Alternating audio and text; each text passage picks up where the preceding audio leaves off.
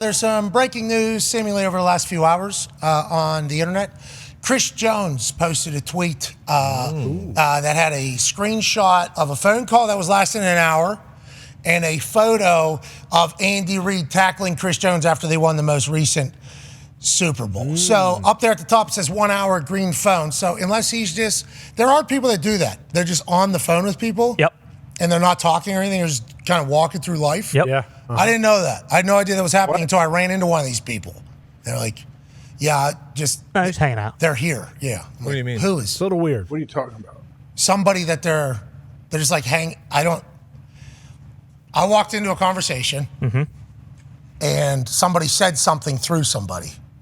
And I just met these group of people. I'm pretty good with names. A name was mentioned that was not in the circle. But I didn't fully know because I just met these people. Right. We go through conversation. Call person I thought was potentially that person by the name. They go, no, here. And I go, who? And it was just somebody that was just hanging out with the group. My buddy. Yeah. Was it a meeting? No, it was like at Like a hangout? like a hangout, yeah. I don't know what was going on. I didn't know if it was like a situation where the guy wasn't able to make it or if they just do that. It was a weird scene.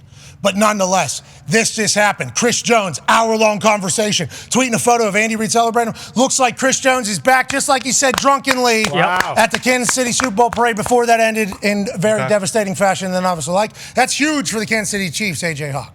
Gigantic. The guy's an absolute disruptor, but he had to get a giant bag of cash, don't you think? I mean, to keep this guy around, like, he is so valuable. I just know from speaking to opposing O-linemen how bad they despise playing the Chiefs because of Chris Jones. Yeah, and whenever they franchise tag Snead, we knew that Chris Jones could potentially hit the market, especially with how everything happened last year where he held out, then he was at the game that he wasn't playing in, hoping for a contract, and the contract gets agreed to where it's pretty much the same as what it would have been with maybe a little extra incentive if they win a Super Bowl. They did, so he ends up getting more money, so I think they would consider it a success. But him going back to Kansas City, whenever he drunkenly said it, felt like more of a, I want to be a part of something special type talk. Yeah. I wonder what the number is. I wonder how they got to this point. I know the Katz brothers are negotiating the contract. They're great agents, good people, but they're also like, humans there as opposed to just like machines. I wonder what they agreed upon, what they didn't agree upon, but keeping a pillar like Chris Jones around from his 40 all the way to this past Super Bowl to his parade speech, legend. And congrats to both parties and sucks for everybody else.